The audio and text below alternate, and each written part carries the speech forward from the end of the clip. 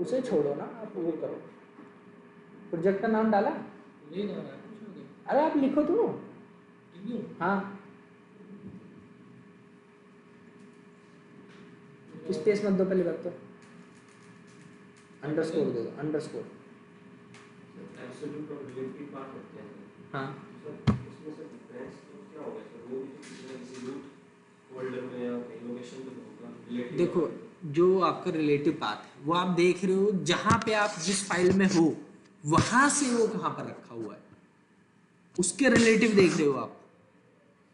ठीक है, आप वहां से बोल रहे हो। मान लो फोल्डर के अंदर फोल्डर के अंदर फोल्डर के अंदर फोल्डर है बहुत ज्यादा, 1000 फोल्डर है। ठीक है, आप 1000वें फोल्डर से 99 वाला फोल्डर एक्सेस करना चाह रहे हो, तो 1000वें फोल्डर से 99 वाला फोल्डर कहां पर है? एक फोल्डर पीछे भाई, 1000 बोला सर आपने। Sorry, my bad. ठीक है, 1000वें फोल्डर से 999 वाला फोल्डर कहां पर है? एक फोल्डर पीछे। ठीक है, तो आप डॉट डॉट फॉरवर्ड स्लैश लगा के एक फोल्डर पीछे जा सकते हो। और यही चीज अगर एब्सोल्यूट दे दी तो रूट से एकदम मेंशन करना पड़ेगा। ठीक है, हाँ। अब मान के चलो कि 500 नंबर पे जो फोल्डर है उसको उठा के मैंने किसी दूसरी ड्राइव में रख दिया, पहले सी ड्राइव में था, अभी ड्राइव में चला गया, तो एब्सोल्यूट वाली लिंक ब्रेक हो जाएगी। लेकिन जो वो है रिलेटिव वाली, क्या वो ब्रेक हुई? बस दैट्स वाई। ठीक है, ओनली जावास्क्रिप्ट। ठीक है, नो कर दो, चलो कोई नहीं, वो अपने आप कर देगा, डिपेंडेंसी इंस्टॉल करेगा और उससे स्टार्ट कर देगा। वो काम हम जनरली मैन्युअली कराते हैं। चलो ये देखो, डिपेंडेंसीज इंस्टॉल हो गई। ठीक है, चलिए फिर रन करते हैं इसे। cls npm run dev, चल गया, बहुत बढ़िया। लिंक पे क्लिक किया, हाँ ठीक है। अब सुनो, कल हम कुछ राउट्स बना रहे थे ये वाले। ठीक है, इसमें एक पूरा काम हुआ नहीं था, आज करना है। पहले कर लूं 2 मिनट, फिर बता रहा हूं। सबसे पहले गेट ऑल यूजर्स, सारे यूजर का डेटा फेच करना है तो हम इसको यूज करेंगे। Gate user bye ID colon ID, variable का नाम कुछ भी दे सकते हो, मैंने आईडी दिया है। ठीक है, तो यहां पे क्या करना पड़ेगा, पहले तो गेट यूजर बाय आईडी में रिक्वेस्ट डॉट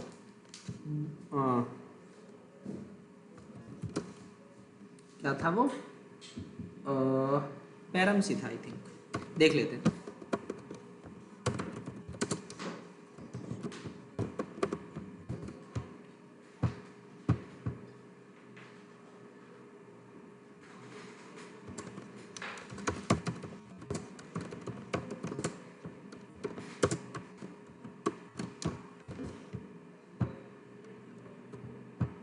ठीक है, एक बार इसको चेक करते हैं।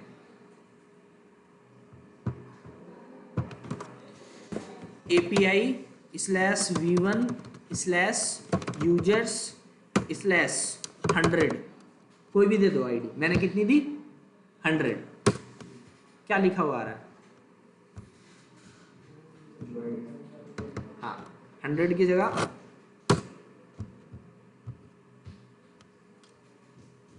ठीक है। अब मेरे को एक बात बताओ, आप लोगों ने कभी इंस्टाग्राम वगैरह की यूआरएल देखी है?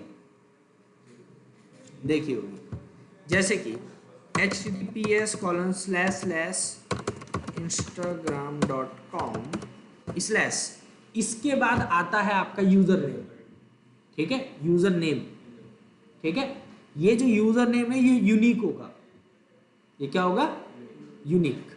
अगर इंस्टाग्राम के पास करोड़ों यूजर है तो क्या उसने हर एक यूजर के लिए इतनी यूआरएल्स बना के रखे होंगे, इतने राउट्स बना के रखे होंगे? नहीं। ये पार्ट जो है ये होगा डायनेमिक। यहां पे जो कुछ भी दोगे वो जा रहा होगा इंस्टाग्राम के पास, फिर वो वहां से उसे फेच कर रहे होंगे। यहां से कुछ भी दे दो आप, उस यूजर को ढूंढेगा ये, ऐसा कोई यूजर है ही नहीं। लेकिन मान लो मैं यहां पे लिख रहा हूं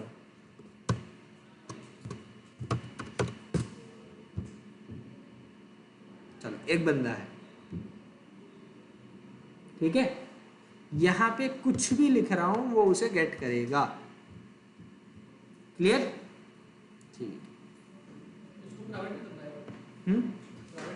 अलाउ अलाउ अलाउ वैसे कर ना। सो ये चीज क्लियर है? कितनी बढ़िया यूजरनेम एक्सेस है, कितनी बढ़िया यूजरनेम है। वो तो है, लेकिन पोस्ट वगैरह कितनी डाल रखी है?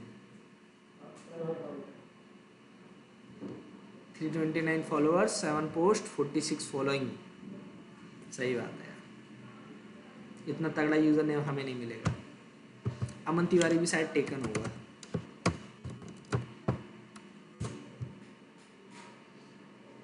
ऑलरेडी टेकन है, ठीक है। सिर्फ मोदी का नहीं है, ये कोई रिव्यू वगैरह का कोई पे होगा बंदा क्या। अब वो देखो जिसने एक बार ले लिया अब उसके पास पहुंच गया, कुछ ना कुछ होगा, रीजन होगा, जैसे कि अपना अकाउंट डिलीट कर दे तब वो फ्री हो जाए, तब शायद आप उसे गेट कर पाओ। तो ऐसा कुछ होगा, वो पता नहीं, जिसने बनाया है वो जाने, क्या पता उसने ऐसा लॉजिक लगाया है नहीं लगाया, लेकिन जनरली यही होना चाहिए, ठीक है। अगर एक यूजर है जिसका कोई यूजर नेम कोई हैंडलर है, अगर वो डिलीट हो जाए तो वो फ्री कर देना चाहिए ताकि कोई और उसको एक्सेस कर सके, ठीक है।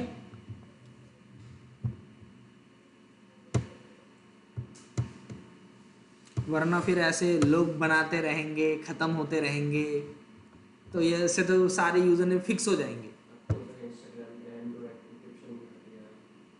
देखो पहली बात, पहले भी आपका डेटा सिक्योर नहीं था, बोलने वाली बात है, बोलने वाली बात थी पहले भी, अभी भी वही है, ठीक है।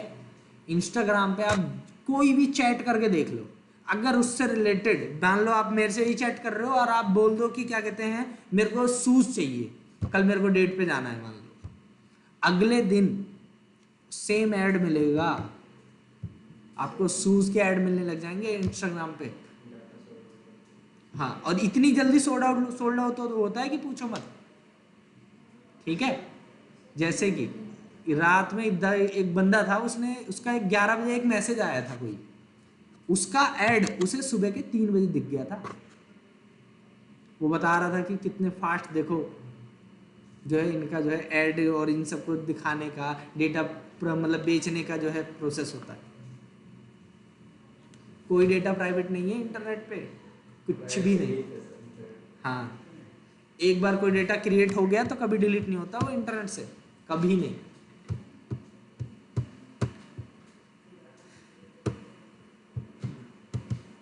ठीक है, तो ये चीज है। अब जरा सोचो, मान लो मैं ही हूं, अपना एग्जांपल दिखा देता हूं। मैंने अपना यूजर नेम सर्च किया, मैं आया इमेजेस पे, ठीक है। आपको पता है ये वाली इमेज मेरे को हटाए हो गए कम से कम 6 महीने। ऑनेस्टली बता रहा हूँ, बहुत खराब इमेज लगती थी मेरे को, ठीक है। पहले बचपन में इमेज ऐसे ले लेते हैं हम लोग, बचपन की जो फोटो होती है वो बड़े होने के बाद रिग्रेट फील कराती हैं। हाँ, नहीं लिंक्डइन ये मेरी नहीं है, ये अमन सानी कोई दूसरा बंदा हुआ। हाँ ये मेरी है, ये मेरी है, ये दोनों मेरी है, ठीक है। मैं इसकी बात कर रहा हूँ, हाँ ठीक है। अब जरा सोचो 6 महीने हो गए डिलीट किए उस प्लेटफॉर्म से, उसके बाद भी अभी भी दिख रही है गिटहब पे। मैंने 2 गिटहब अकाउंट बनाए थे अपने, हटी हुई है ना प्रोफाइल फोटो, और वहां दिख रही है अभी भी। बताओ, मैंने 2 अकाउंट बना रखे हैं गिटहब के, वो जो है क्या बोलते हैं गिटहब को पायलट को एक्सेस करने के लिए। पहले जब आया था गिटहब को पायलट, वो जो है पूरा फ्री था, स्टार्टिंग में मैंने दबा के यूज़ किया, ठीक है, उसके बाद उसका पूरा सब्सक्रिप्शन खत्म हो गया, दूसरा अकाउंट बना लिया, ठीक है, तो दूसरा अकाउंट में भी मिलने लग गया, अब वो भी खत्म हो गया, ठीक है, देखेंगे जरूरत पड़ेगी तो तीसरा भी बनाएंगे, लेकिन अब एआई वगैरह इतना यूज़ नहीं करता मैं, एआई आदत बेकार कर देता है लोगों की पूरी, एआई इसलिए बंद करके रखता हूँ मैं, बहुत रेयर केस में जो है मैं स्टार्ट करता हूँ, वरना नहीं। आजकल लोग क्लाउड वगैरह से कोड लिखवा ले रहे हैं, सब कुछ काम करवा ले रहे हैं, ज़्यादा ही चल रहा है सच में।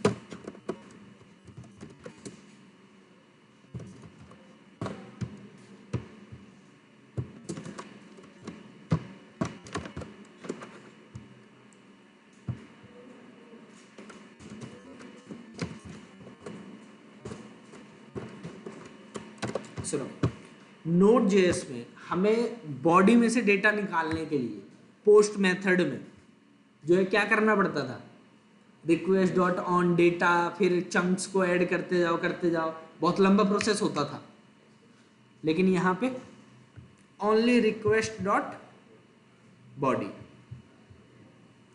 और एक काम और कर दो, सर्वर कहाँ है हमारा,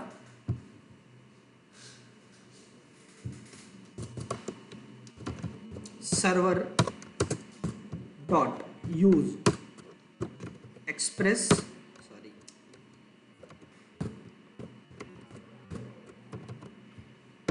ये जो है ये एक मिडलवेयर है, क्या है ये, मिडलवेयर। अभी देखेंगे मिडलवेयर क्या होता है, ठीक है, बस समझ लो अभी इसका ये काम है कि जो भी रिक्वेस्ट आ रही है जिसके अंदर भी content type application slash Jason होगा हेडर में, ठीक है, मैंने आपको ऑलरेडी पहले भी बता रखा है कि जब भी कोई रिक्वेस्ट आती है तो उसमें एक हेडर होता है, एक नहीं बहुत सारी हेडर्स होती हैं, ठीक है। फॉर एग्जांपल अगर ये रिक्वेस्ट गई नेटवर्क, क्या सब चलिए, ठीक है, तो देखो जरा ध्यान से,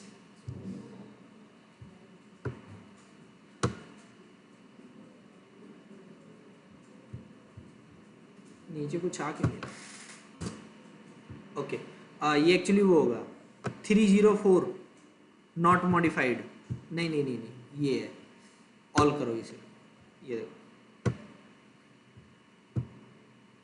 क्या क्या चीजें जा रही है, रिक्वेस्ट यूआरएल मेथड, वहां से स्टेटस क्या आया है 200, ओके, फिर remote address, referrer policy, response header, ऐसे रिक्वेस्ट हेडर भी होगा, ये रहा, क्या क्या है रिक्वेस्ट हेडर में देखना,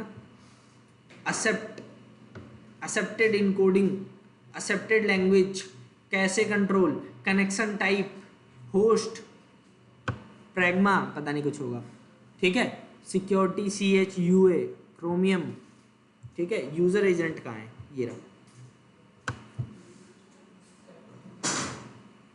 बताओ हेडर के अंदर कितना डेटा है जो कि जो है सर्वर के पास जा रहा है, ठीक है।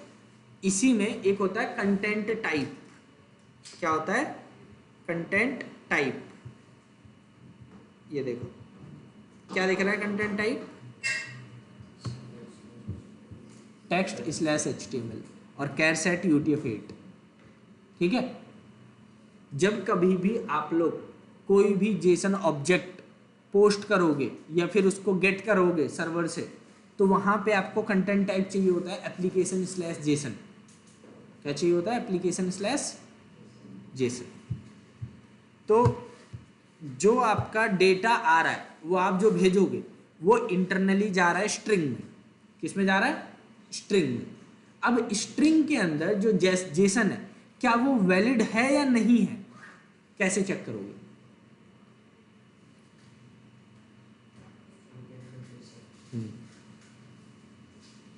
Jason dot parse, JSON dot parse लगा के ना, ठीक है, और जो भी आप यहां से ऑब्जेक्ट भेज रहे हो वो स्ट्रिंग में कन्वर्ट करना होगा, किस में कन्वर्ट करना होगा, स्ट्रिंग में। तो किसी ऑब्जेक्ट को स्ट्रिंग में कैसे कन्वर्ट करते हैं, जेसन डॉट स्ट्रिंगिफाई, ठीक है। तो ये जो JSON dot parse, JSON dot stringify है, ये हमें हर एक रिक्वेस्ट के साथ करना पड़ेगा बार बार, ये लंबा टास्क है, ठीक है। यही सेम काम ये जो मिडलवेयर है एक्सप्रेस डॉट जेसन, ये अपने आप कर देगा। मिडलवेयर कोई बड़ी चीज नहीं है, बस बने बनाए कोड्स हैं, ठीक है, जो आप रीयूज कर सकते हो बार बार, ठीक है। इसी से सर सारी रिक्वेस्ट रिस्पॉन्स में जो भी जिनका content type application slash Jason होगा, ओनली वो रिक्वेस्ट जेसन डॉट पार्स और स्ट्रिंगिफाई वाले लॉजिक को फॉलो करेंगे, ठीक है। किसी और के लिए ये वाला मिडलवेयर नहीं चलेगा। जरा पढ़ो इसकी डॉक्यूमेंटेशन लिखी क्या है।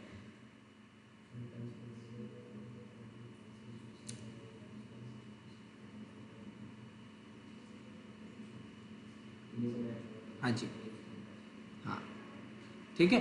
तो अब आपको चिंता करने की कोई जरूरत नहीं है पार्सिंग की या फिर स्ट्रिंगिफाई की। अब बस भेजो यहां से, वहां पे अपने आप वो कर लेगा, ठीक है। और बिना इस लाइन के आप लोग रिक्वेस्ट डॉट बॉडी लगा के गेट नहीं कर सकते बॉडी, याद रखिएगा, ठीक है। तो अब जरा देखो, ये ऐड यूजर है, ठीक है। अब ब्राउजर से डायरेक्टली पोस्ट रिक्वेस्ट तो होगी नहीं,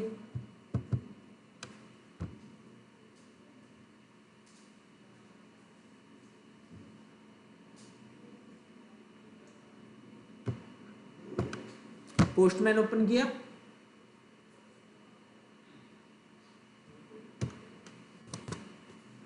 API/v1/users body, body raw type Jason, data क्या दिया, नाम और एज, सेंड, एडिंग यूजर और ये उसका डेटा, ठीक है। तो हमारा जो सर्वर है वो क्या रिस्पॉन्स दे रहा है कि आपने जो डेटा भेजा है हम उसको ऐड कर रहे हैं। अभी तो डमी लिखवाया है मैसेज, अभी ये पूरा लॉजिक इंप्लीमेंट करना है, अभी तो डमी लॉजिक है। एडिंग यूजर और यूजर की डिटेल जो वो ऐड करने जा रहा है, ठीक है। अभी डमी डेटा है। फिर अगला अपडेट यूजर, किसी भी यूजर को अगर अपडेट करना होगा तो पहले उसकी आईडी चाहिए, फिर किस चीज से अपडेट करना है वो ऑब्जेक्ट चाहिए। तो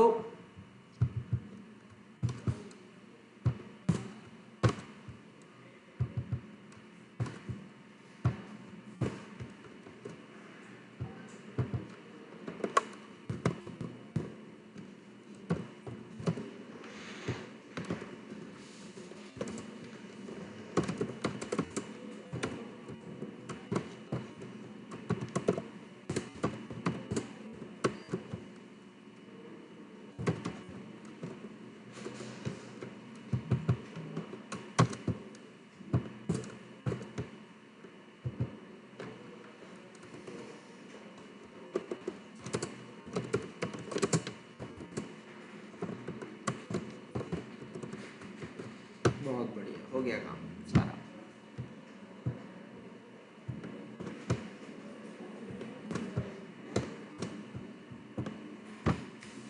सबका काम हो गया।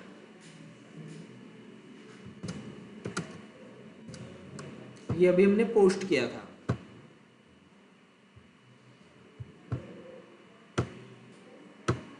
अब मैं करने जा रहा हूं क्या, पुट बॉडी रॉ यूजर, अभी दूंगा मैं आईडी 100,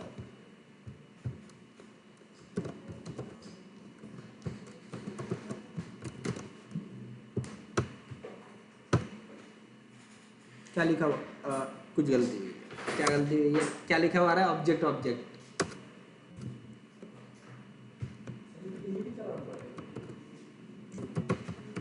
एक मिनट, हाँ क्या बोल रहे थे, पोस्टमैन पे। देखो बात ये है ना कि जो आपका ब्राउजर है वो पुट और बाकी रिक्वेस्ट नहीं कर सकता, सिर्फ गेट करता है और फॉर्म के थ्रू ही पोस्ट करता है, उसके अलावा और कोई रिक्वेस्ट नहीं कर सकते आप। तो इसकी वजह से हम लोग क्या करते हैं, जब एप्लीकेशन बनेगी, रिएक्ट एप्लीकेशन बनेगी, तो उसमें यूज करेंगे एक्जियोस।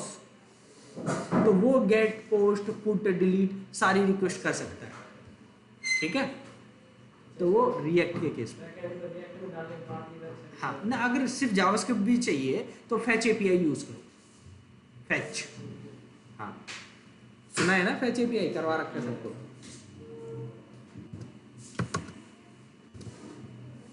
तो दोबारा भेजो, लो।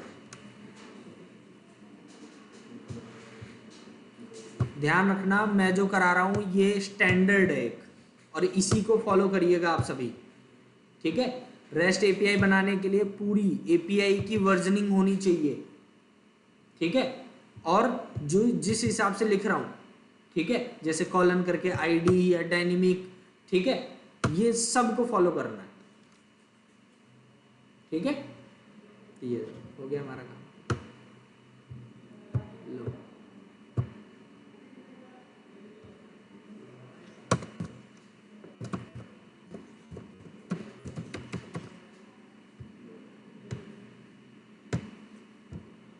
देखो यूआरएल हमेशा सेम है, यूआरएल हमेशा क्या है, सेम है, बट डिफरेंट डिफरेंट मेथड से अगर मैं रिक्वेस्ट कर रहा हूं तो वो डिफरेंट डिफरेंट तरीके से बिहेव कर रहा है। और यूआरएल भी कुछ कुछ जगह पे सेम नहीं है, जैसे गेट और पोस्ट देखो बिल्कुल सेम है कि नहीं है, सेम है बिल्कुल, गेट वाली और पोस्ट वाली यूआरएल सेम है, बस मेथड ही डिसाइड कर रहा है कि किस मेथड पे क्या चलना है। और पुट वाली जो है इसमें यूआरएल में एक चीज और डाल दी बस, उसकी आईडी, जिस यूजर को अपडेट करना है उसकी आईडी यूआरएल में बता दो, ठीक है। और डिलीट में उसमें भी सिर्फ आईडी। तो पुट और डिलीट में कैसे डिफरेंशिएट करोगे आप, मेथड से। आईडी तो दोनों में ही दी जा रही है ना, मेथड से। हाँ जी, ठीक है। एक प्रोडक्शन लेवल रेस्ट एपीआई बनाने के लिए यही स्टैंडर्ड होता है और यही फॉलो करना चाहिए सभी को, ठीक है, जो मैंने बनाया है पूरा ये वाला। गेट, पोस्ट, पुट, डिलीट, ठीक है।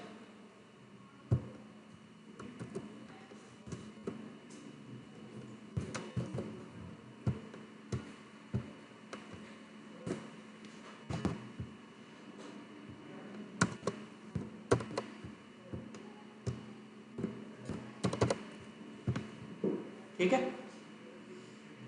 तो यही चीज फॉलो किया। यहां तक कोई डाउट है तो पूछो।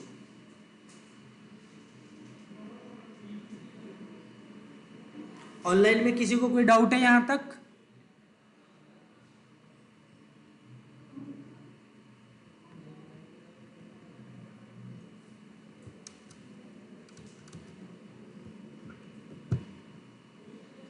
ठीक है,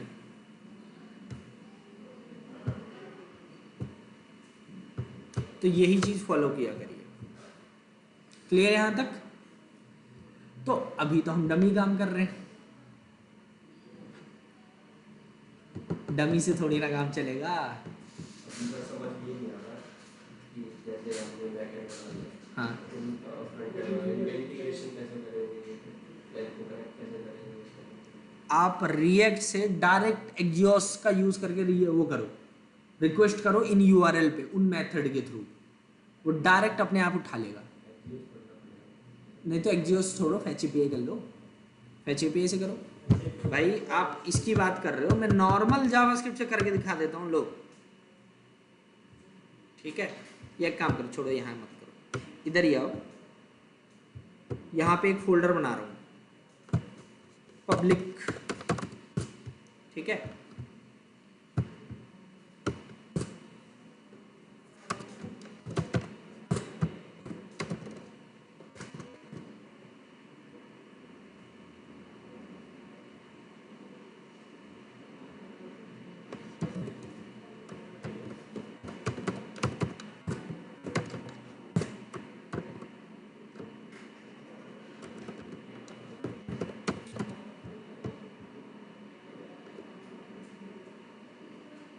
कहाँ गया?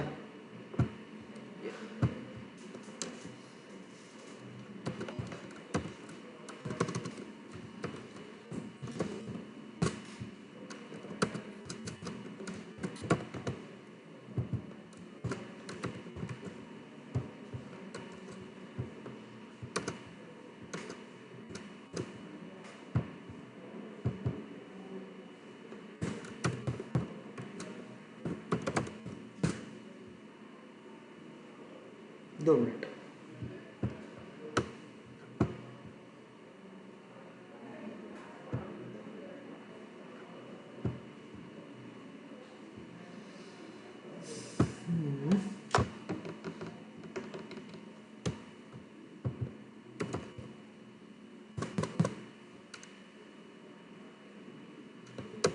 दो मिनट, कुछ सिंटेक्स बोल रहा हूँ।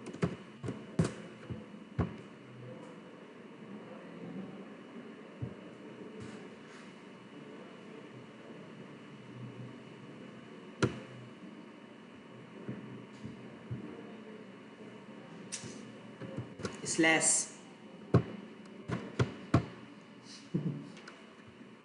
एक स्लैश ना।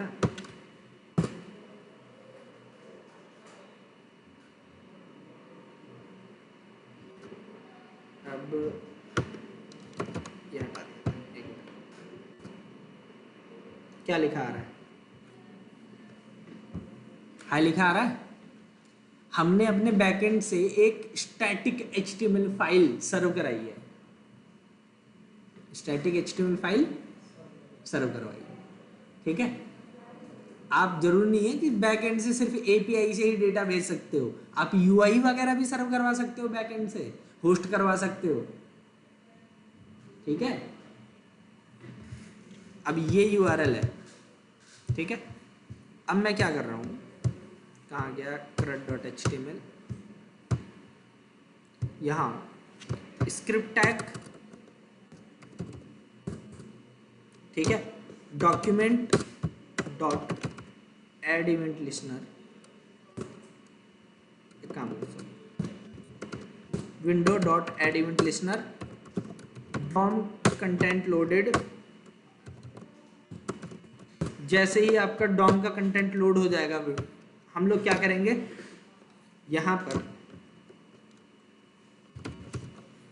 फेच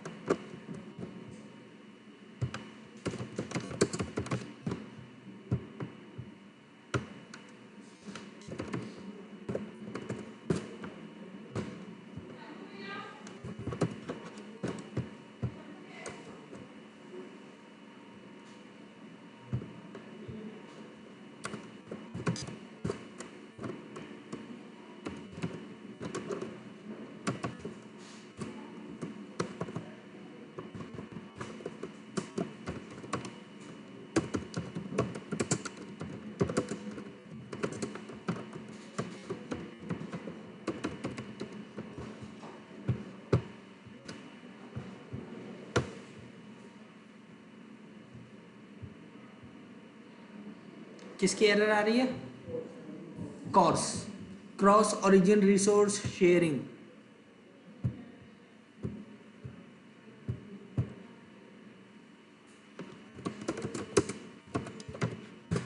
वैसे कॉर्स की एरर आनी नहीं चाहिए थी क्योंकि सेम ओरिजिन में है, पर कोई नहीं, देख लेते हैं।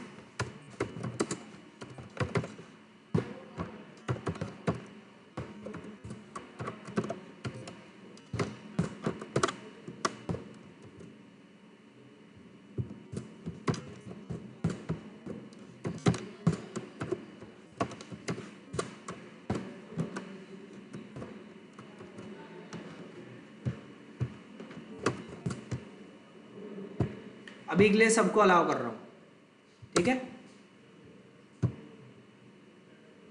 200 ओके, 200 ओके, वो बात तो ठीक है, लेकिन डेटा कहाँ है?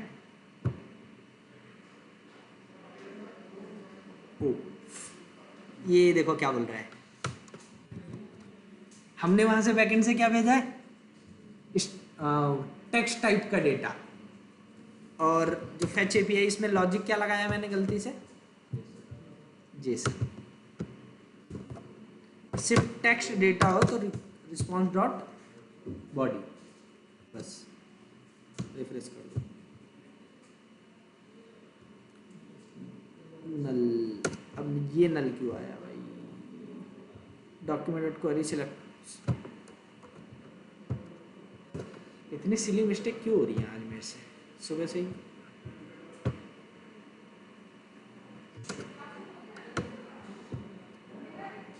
एक मिनट,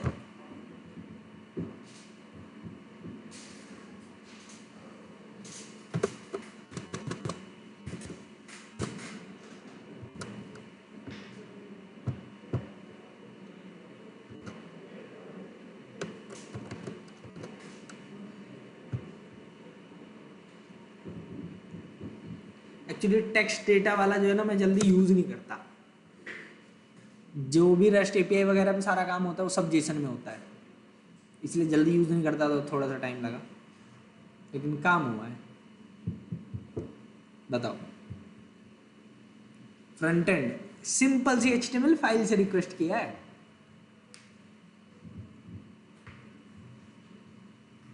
और किससे एक्सेस कर रहा है अपनी एपीआई? ये जो रेस्ट एपीआई होती हैं जो हम यहाँ पे बना रहे हैं, ठीक है, हमारे पास जो कॉन्सेप्ट होता है रेस्ट का, क्या बोलते हैं रेस्ट को?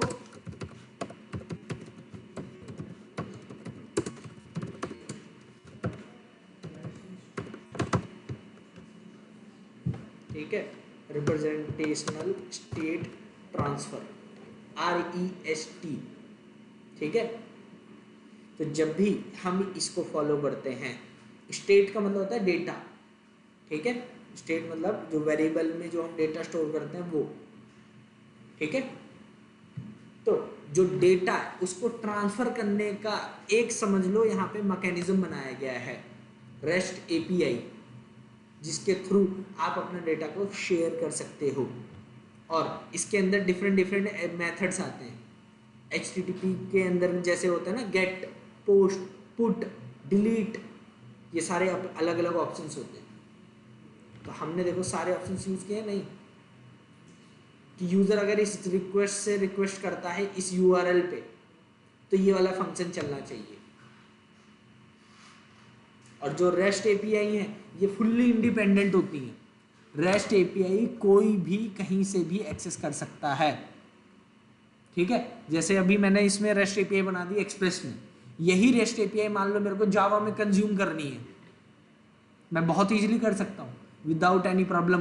मैं पाइथन में यूज़ करना चाहता हूँ यही एपीआई, बहुत इजीली कर लूँगा विदाउट एनी प्रॉब्लम। रिएक्ट में यूज़ करना चाहूँ वहाँ कर लूँगा, नॉर्मल जावास्क्रिप्ट में चाहिए तो वहाँ कर लूँगा, एंड्रॉयड में चाहिए तो वहाँ कर लूँगा, ठीक है। किसमें वर्क करती है? देखो वो होस्ट करने की वाली बात है, ठीक है। कोई भी अगर आप बैकएंड चला रहे हो तो उसको किसी न किसी मशीन पे चला रहे हो, मशीन जो है अगर खुद की है तो कोई दिक्कत नहीं है, किसी और की अगर ले रहे हो रेंट पे तो पैसे तो लेगा ना, तो AWS पैसे लेता है, ठीक है। यही चीज़ अगर मैं AWS पे भी होस्ट कर दूं, ये API बन गई, ठीक है। और इसको एक डोमेन से कनेक्ट कर दो बस, ठीक है। तो बस इतना ही काम होता है API बनाने में, बाकी कोई काम नहीं है, ठीक है। इसी को चाहो तो होस्ट कर दो कहीं पर भी, आपका पूरा प्रॉपर काम होगा। फॉर एग्जाम्पल यहाँ पे एक फाइल बना रहा हूँ,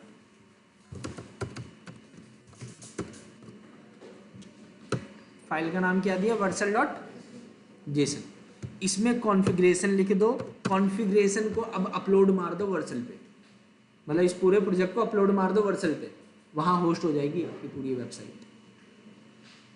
बताओ करना है तो कर दूंगा।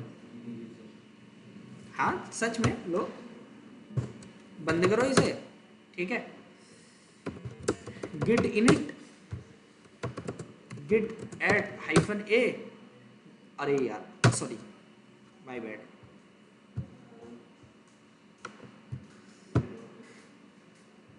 ये गिट फोल्डर है इसको डिलीट मारो, बहुत बड़ी गलती हो जाती है अभी।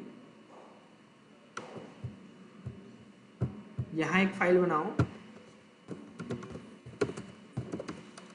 नोड मॉड्यूल्स कभी भी इंटरनेट पे नहीं जाना चाहिए।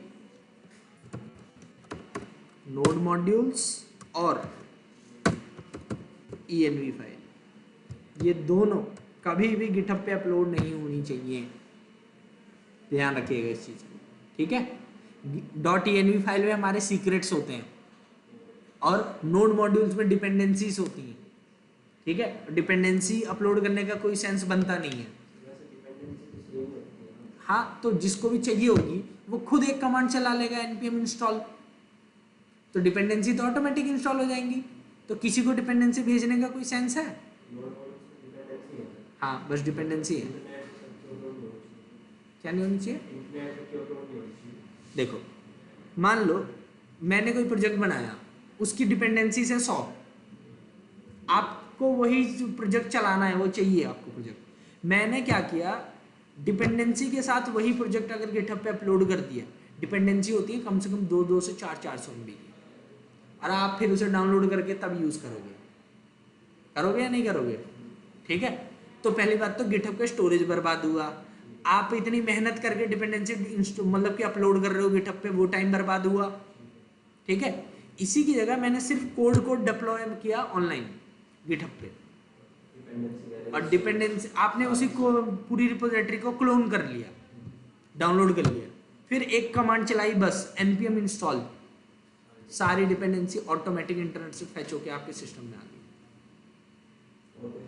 कुछ नहीं, इशू हो गया सारा। नहीं नोड मॉड्यूल्स नहीं होना चाहिए, टाइम लेता है, हैवी कर देगा गिटहब को, ठीक है। तो वो चीज नहीं होनी चाहिए, बिल्कुल नहीं होनी चाहिए, क्योंकि सारे सीक्रेट्स जो हम अपने फ्यूचर में रखेंगे वो इसी में रखेंगे, env फाइल में, ठीक है। आपको पता है मेरी एक जेमिनाई की जो है लीक हो गई थी, इतना तगड़ा यूज हो रहा था उसका कि पूछो मत, ठीक है। अब चार्ज मेरे को जो है अच्छा खासा पड़ जाता अगर मैंने वो प्रीमियम ली होती, तो वो फ्री वाली की थी, बच गया मैं, ठीक है। तो देखना पड़ता है हर चीज। अब मैं हर एक बैच के बाद की डिलीट मार देता हूँ सारी, अब रखता नहीं हूँ मैं की, जल्दी बच्चों को भी नहीं दिखाता की, ठीक है। और पक्का किसी बच्चे ने ही की थी, और किसके पास एक्सेस था, रिकॉर्डिंग में ही थी सारी कीज।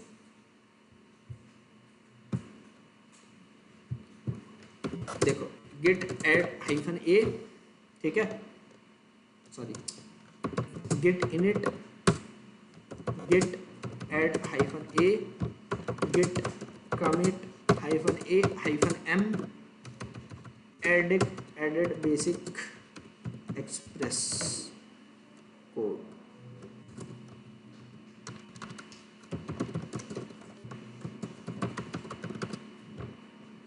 ठीक है। अब जरा देखो ये थोड़ा सा फेडेड हो गई है, मतलब कि इग्नोर हो चुकी है, ठीक है।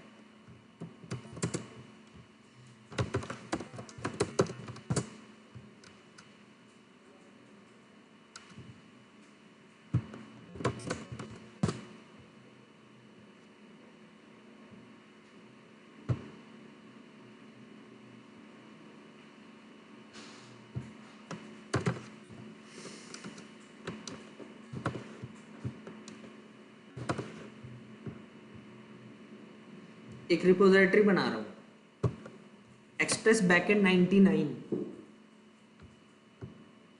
यूआरएल कॉपी कर लो, git remote add origin paste, git push -u origin master।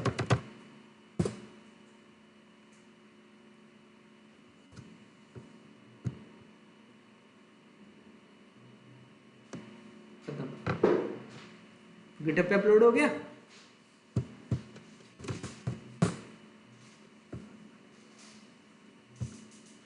Vercel पे गया, ऐड न्यू प्रोजेक्ट,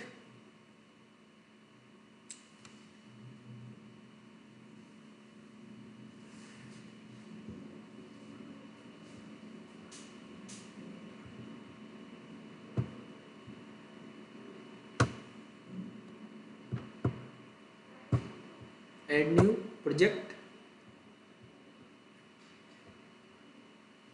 मेरे गिटहब में क्या नाम रखा था मैंने, एक्सप्रेस बैकएंड, एक्सप्रेस बैकएंड 99। ठीक है, ये भी मिलेगी नहीं इसे। कॉन्फ़िगर गिटहब ऐप, मैंने अपनी सारी रिपोजिटरी का एक्सेस नहीं दे रखा वर्सल को। ठीक है, मैं क्यों अपनी रिपोजिटरी का सारा एक्सेस दूं इसे, जब मेरे को जरूरत होती है मैं कर लेता हूँ। एक्सप्रेस बैकएंड 99, ये देखो इसका एक्सेस दे दिए। ठीक है, ये इंपोर्ट। अब करना है उसे लाइव। हमारे प्रोजेक्ट का नाम यही ठीक है, एप्लीकेशन का प्रीसेट एक्सप्रेस, रूट डायरेक्टरी सही है। ठीक है, अब एनवायरनमेंट वेरिएबल्स क्या चाहिए। एनवायरनमेंट वेरिएबल्स जो हैं, चलिए क्या है, कौन से पोर्ट पे चल रहा है, ये वाला, कंट्रोल ए कंट्रोल सी, यहाँ कंट्रोल वी। ठीक है, डिप्लॉय। अभी ये ठीक से डिप्लॉय होगा नहीं, देख लेना, मतलब डिप्लॉय हो जाएगा लेकिन अभी चलेगा नहीं, याद रखिएगा, क्योंकि अभी वर्सल.json में हमने कॉन्फ़िगरेशन नहीं कर रखी। ठीक है, ये देखो,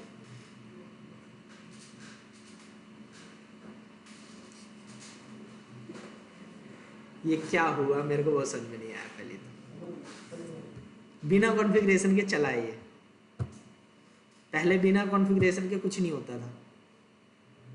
देख लेते हैं।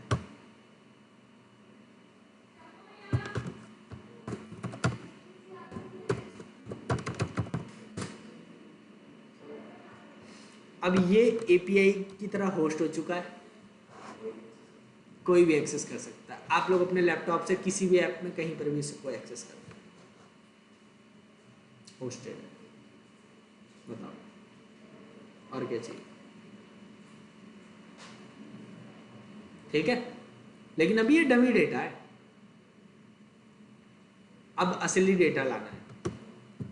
सबसे पहले MongoDB आई थिंक सबने पढ़ रखा होगा,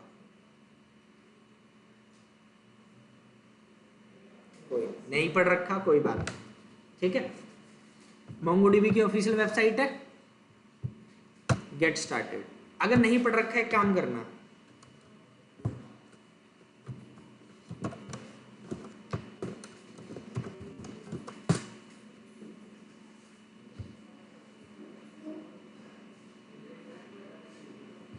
सुनो, ये दिख रहा है, ओनली 3 वीडियोज हैं अभी के लिए, बाकी डाली नहीं मैंने। ठीक है, सबसे पहले कुछ टर्मिनोलॉजीज डिस्कस कर लेते हैं हम लोग। चलो, ड्यूकेट, ई-कॉमर्स, नोड 630, एडमिन, लोकल, तो ये ये तीनों सारे मेरे पास अवेलेबल है। कैसे अकाउंट बनाते हैं, ठीक है, CRUD ऑपरेशन कैसे करते हैं MongoDB पे, ये सारी चीजें। यहाँ देखो सब लोग, MongoDB क्या है, क्यों है, कैसे है, उसकी इंट्रोडक्शन, सारे कोड, सारी रिकॉर्डिंग नहीं डाल चाहे तो रखी, उसे क्लाउड डाल होगा देनी चाहिए, लोकल, लेकिन तो मैंने गलती की।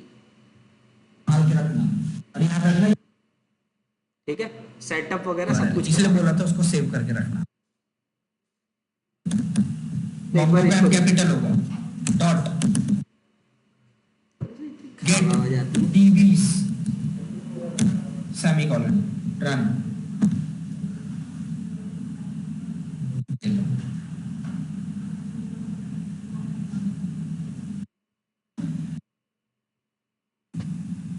चलो अब इसे कमेंट कर देना। टिकट फटी फटी से आवाज आ रही है। चलो ये देखो, तो मोंगोडीबी का अकाउंट वगैरह बना लेना, उसको सेटअप कर लेना, उसकी यूआरएल गेट कर लेना, ठीक है।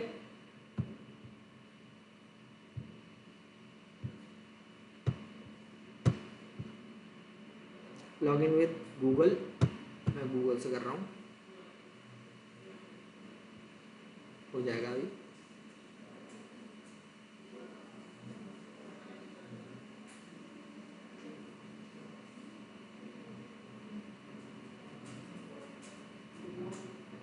इसमें डायरेक्ट गूगल के एप्लीकेशन से लॉगिन।